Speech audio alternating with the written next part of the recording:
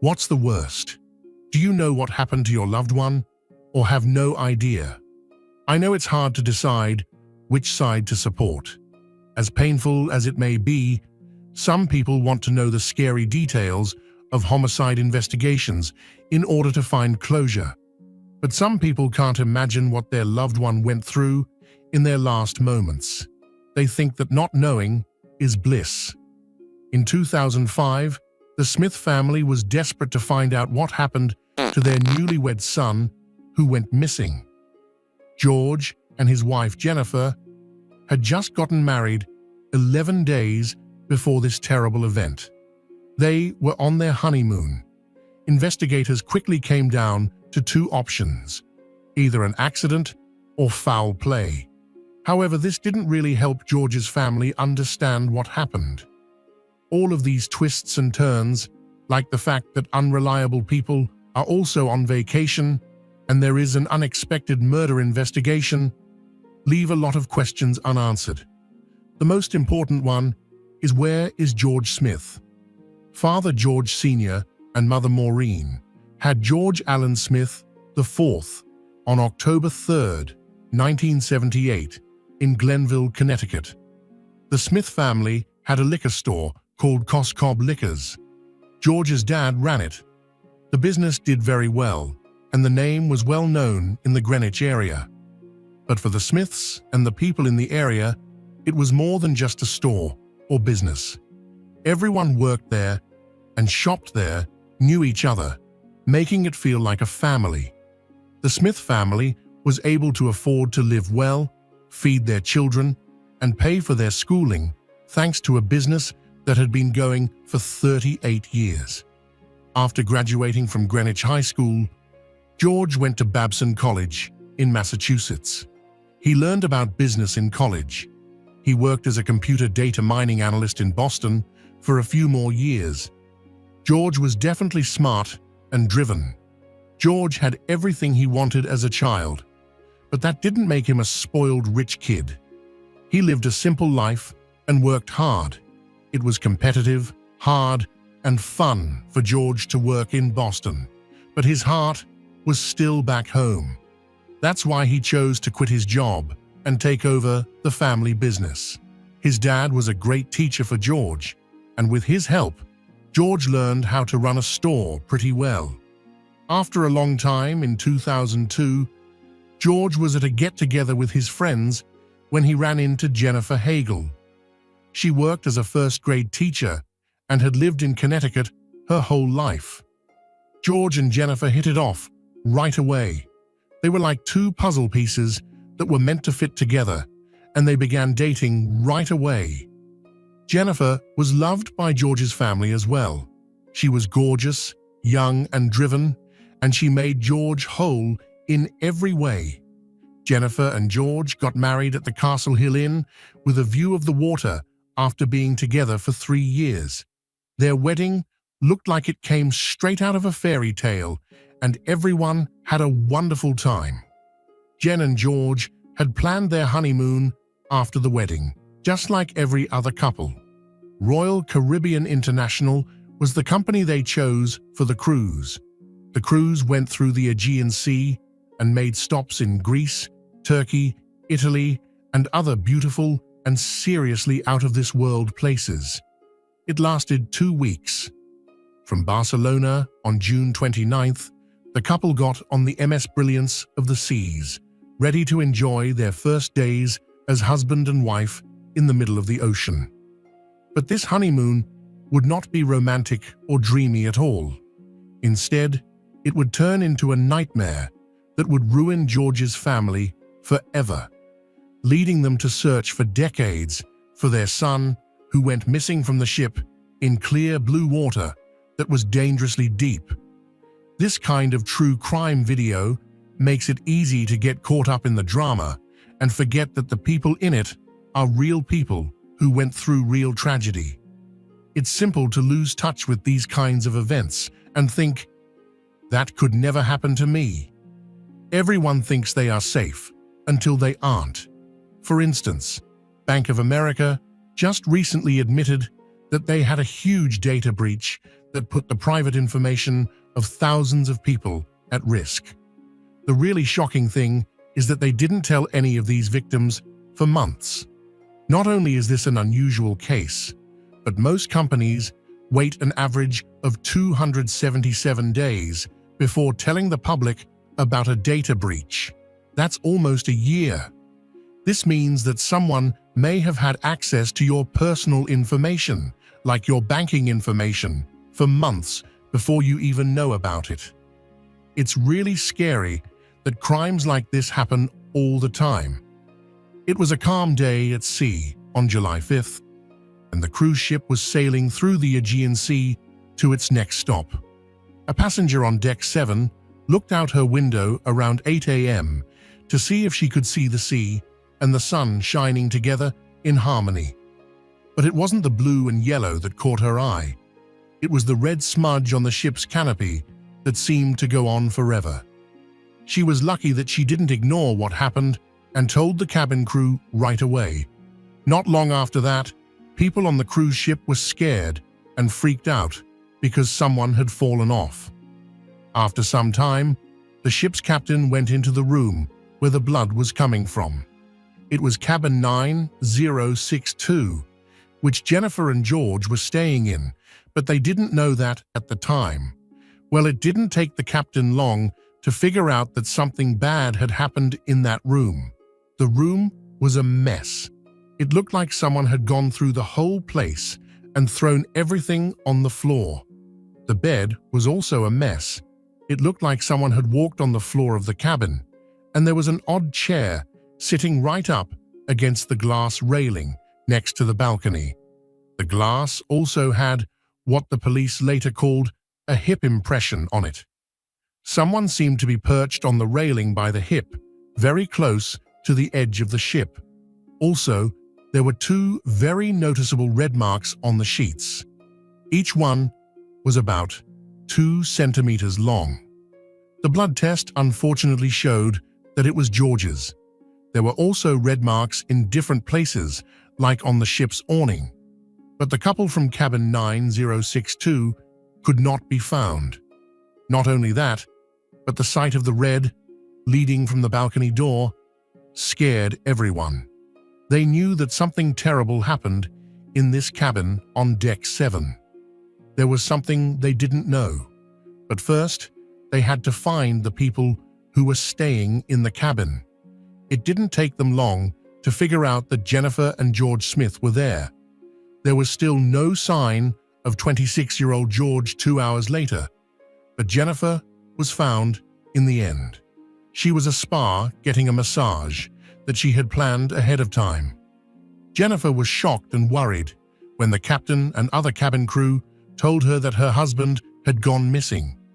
George hadn't been seen by Jennifer since the night before. He was now gone, leaving a very creepy trail of questions. A couple of hours after the broken-in cabin was found, around noon, the Turkish police were called to the ship to start looking into what happened to George. The police wanted to talk to Jennifer about what happened because she was the only one who saw George the night before. They also looked at the security cameras and figured out what happened the night before. In the eyes of the police, Jennifer's actions were not normal. When she woke up the next morning, she didn't look for her husband George like she had planned. Instead, she went to the spa, which really shouldn't have been on her mind. Still, the police were interested in who the couple had been with the night before. They thought that everyone who was with George should be talked to. Jen said that she and George started talking to Josh Askin, a 20-year-old American passenger, as soon as they got on the ship. These 3 people went to different places and had a great time together for the first 4 or 5 days. They ate delicious food, explored interesting towns, and enjoyed the beauty of the world. Jennifer says that the couple and Josh chose to go to the casino on the night of July 4th. Right there, Josh and George were having fun while Jennifer played poker. After that, they also went to the disco. They drank a lot that night and lost a lot of money at poker. On top of that, investigators looked at the security footage. The last time George was seen was in the casino around 2:30 a.m., but he was never seen again. The detectives knew they had to talk to Josh to make sure Jennifer's story was true. Josh had a lot to say about that night when they found him. Josh first said that Jennifer and George did not leave the disco together. Jennifer was with Lloyd, the casino manager. They were getting used to being around each other at the casino, even in front of George, Jennifer's husband of a few days. Jennifer was also seen staggering out of the ship's disco around 3:30 a.m., leaving George with his new friends. Lloyd's key card also showed that he returned to his room around 3:25 a.m., which was interesting. Because of this, the detectives became very wary of Jennifer and Lloyd. Their stories were very different, and it looked like they were more than just friends. After leaving the disco, were they still together? What was going on? The detectives were not sure what to do. But when 3 more people joined the investigation, things were about to get even more complicated. Greg and Zach Rosenberg, who are cousins, and Rusty, who is one of their friends, were there. Jennifer and Greg, who is 19 years old, were playing poker alone. The rest of the group was with George and Josh. The 3 also went to the disco with the group after the casino. The 3 men were Russian, but they lived in New York and had American passports. The group of young men had also had too much to drink, and they were also being loud and annoying. The men on the ship were told not to be given any more alcohol or have it brought to their rooms by the crew. What that didn't stop, though, was Zach, Greg, and Rusty. With George's help, they had sneaked in a bottle of absinthe. See, the 3 of them bought absinthe while they were docked in Greece. Since passengers, especially those under the age of 21, weren't allowed to bring alcohol on board, George hid the bottle in his pants to help them out. You should know that absinthe is very strong. The amount of alcohol in this bottle was between 40 and 70%. It is legal in Europe, but the European Union has strict rules about what can be used. The crew on the ship, including the caretaker, saw that the 3 of them, George and even Josh, drank a lot of absinthe.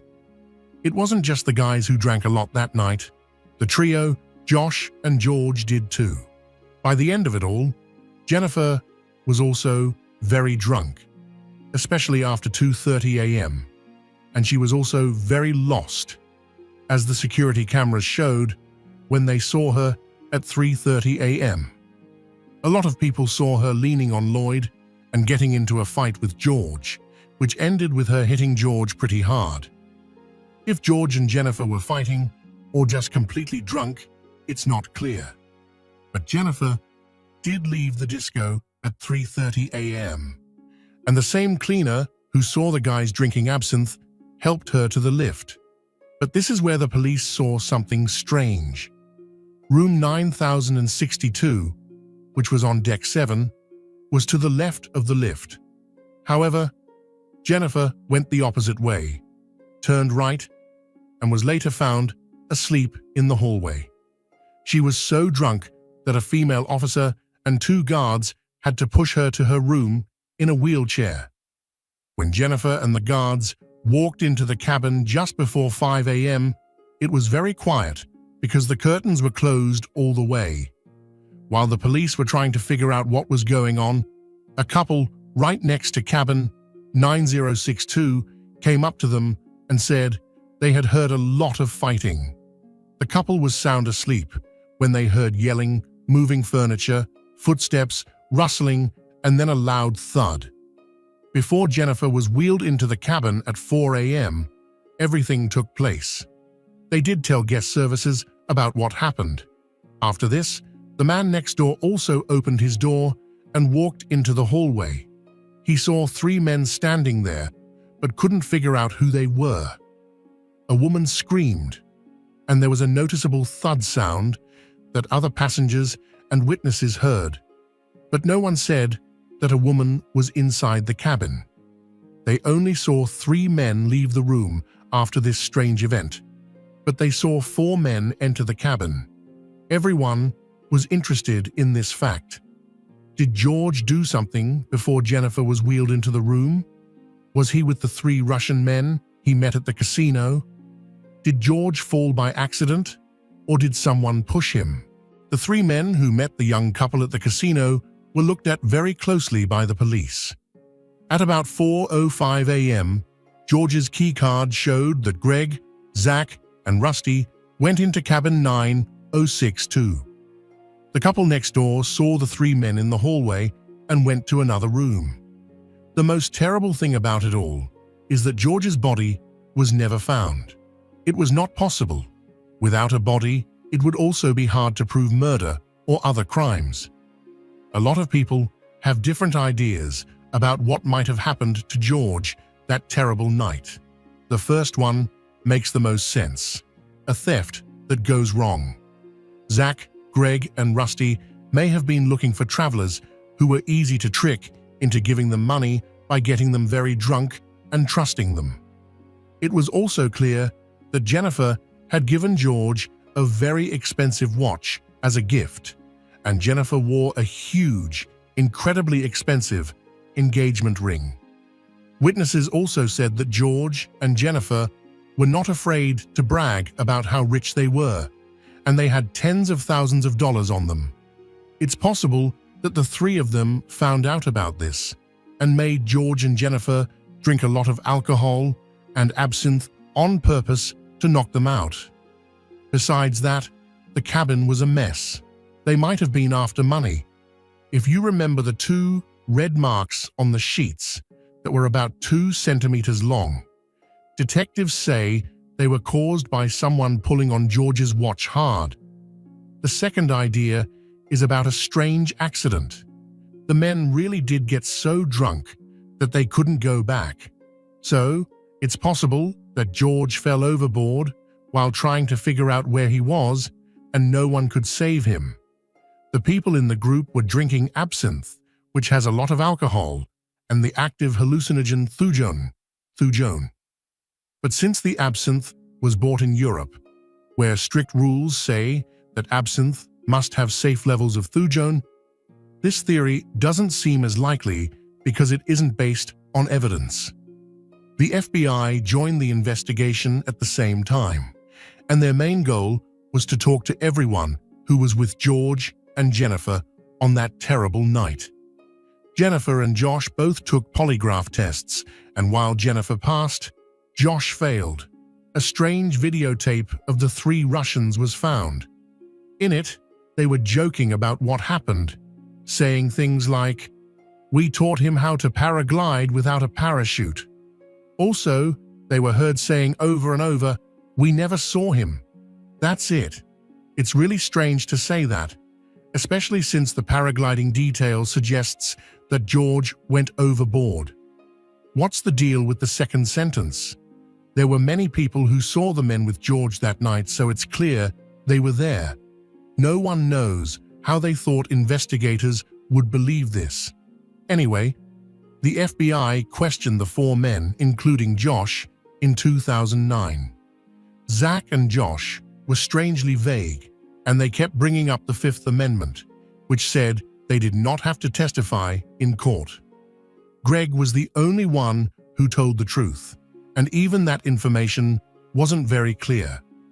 As Greg says, the men's only way to explain what happened that night was to order room service. This was already strange because the cruise ship staff had been told not to serve the men anything else that night, and it looked like that meant not giving them food. Plus, Greg can't remember who ordered room service. All he knows is that it was ordered at some point. What Greg knew for sure was that everyone was very drunk. Greg's account of what happened was also all over the place, but he did say one thing for sure. Whatever happened to George wasn't by accident. He didn't say anything else, but he did say that that terrible night, something crazy happened that would soon be found out. but he wouldn't live long enough to help the FBI. In December 2019, Greg's body was found in his car in front of his house, having been shot multiple times from close range. What's so creepy is that Greg's death is still a mystery. I mean, it's kind of handy. It's strange that after Greg says something about George's death being found out soon, he ends up dead. You just can't brush it off like it's not a big deal. The sad and mysterious disappearance of George Smith shocked his family to their core. The Smith family couldn't believe what they were hearing when police told them over the phone that George had probably gone overboard. It's scary when your son goes missing, but it's even scarier when he's on a different continent and probably in very deep water. But it wasn't that easy. The Smith family put a lot of pressure on the police to solve the case quickly and give George justice. The public was asked to help solve the case by offering a $100,000 reward for any information about where George went. The Smith family also wanted to stop doing business with Royal Caribbean International because they weren't interested in finding out what happened to George. The cruise line tried to keep everything quiet and even cleaned up the cabin, which could have been a crime scene, within hours of George's disappearance, which is crazy. People think that the cruise line just didn't want to get bad press. The Smith family thought Jennifer was guilty too. They thought she was too cool, calm, and collected. Also, the fact that she didn't look for her husband the next morning, but instead chose to go to the spa, didn't help. But to be honest, I don't think this is too strange. In fact, Jennifer probably woke up with a really bad hangover. Yes, the room was a mess, and she would have seen that. But they had both had a long night, so the room was going to be crazy. It wouldn't be too much of a stretch to say that she didn't see the blood on the sheets because she got dressed and went to the spa to get over her hangover. However, that is just my opinion. The Smith family thought Jennifer was the main suspect for a long time, but for some reason, Jennifer didn't seem to want to talk about what happened. It was against her to talk about what happened in public. But Jennifer's defense is that the FBI told her not to talk to the press, so she did what they said. Other people who were shocked were Jennifer's family, who agreed to settle the case with the cruise company for $1 million. They thought Jennifer was hiding something here. It didn't take Jennifer long to defend her. She said she really doesn't remember anything about that night after 2:30 a.m. Even the fact that she was wheeled to her room and slept in the hallway get away from her. Even though what she did was questionable, there's no proof that she was in the room when George was attacked or fell. A $1 million settlement doesn't seem too fishy either. It is true that the amount of money is pretty small when you consider that George was probably killed, but it would be very hard to prove that the cruise company was somehow responsible. Plus, there isn't much evidence to go on, and Jennifer was probably very sad. I don't think this is too crazy. It was also the Smith family's fault that the Turkish police were not clear about sharing information about the case with George's family. In light of all this, the Smith family hired forensic scientist Henry Lee to help them figure out what happened to their son and answer the disturbing questions they had. Even though there was no more evidence, Henry was still able to do a number of tests in the cabin. By looking at the height of the balcony and railing, he was sure that George's fall wasn't an accident. George had to be pushed really hard for him to fall off the railing, but he also couldn't say for sure that George wasn't so drunk that he didn't pay attention to what he was doing, lost his balance, and went overboard, which would explain why the chair and hip mark were in such an odd place. When drunk, people do crazy things, and drunk people have fallen out of open windows many times before. But while this makes sense, I and most people who have looked into this case think there's a lot more to it than just an accident. Henry planned to recreate the fall both ways with the help of a dummy to see if the smudges on the ship's canopy supported one theory over the other. But this is where Royal Caribbean International stepped in and said they wouldn't let it happen. This left George's case even more unclear.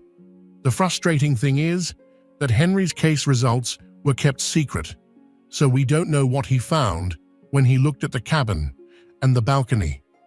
All the while, the FBI was looking into Josh, Greg, Zach, and Rusty. However, that investigation also failed because there wasn't enough proof. In the end, Jennifer was not thought to be responsible by the Smith family. The lawsuit against the cruise company was settled for a slightly higher amount of $1.3 million, which was split between the Smith family and Jennifer. The FBI kept looking into it until 2015, when they finally decided there wasn't enough evidence to move forward with the case. George's death was officially ruled an accident. George hadn't been seen or heard from since January 7, 2015, which was almost 10 years ago. Josh, Zach, Greg, and Rusty are no longer suspects or even people of interest because of this decision. There is no one, not even the FBI or the Turkish government, who knows where George's body is. There is almost no chance that George's body will be found in the ocean, which covers 70% of the Earth. It has also been 20 years since he went missing. The Smith family was shocked and disgusted by what the FBI did. In a Facebook post, they said they were going to take George's case to the FBI office in New York. This is the right thing to do because they need answers. But we need to remember that the proof is gone. That's awful. Jennifer, on the other hand, got married again a few years later, in 2009. She has since spent her whole life doing charity work and has 2 children. The official word on George Smith IV's death is accident, but no one, not even I, believes that story. No one knows for sure if George fell off his balcony by accident or because one of the men with him pushed him. Even so, the fact that the Smith family is still looking for answers after almost 20 years is very scary and sad. There's no way for them to get George back, but they really need to do something so they can move on with their lives. Even more pain and suffering is caused by the fact that George's body has not been found and cannot be found. My heart truly goes out to the Smith family, who are living in fear and trying desperately to find answers 24 hours a day. We hope that they can find some peace, even though it will be hard for them since they don't know what happened to their son. That's it for this true crime case.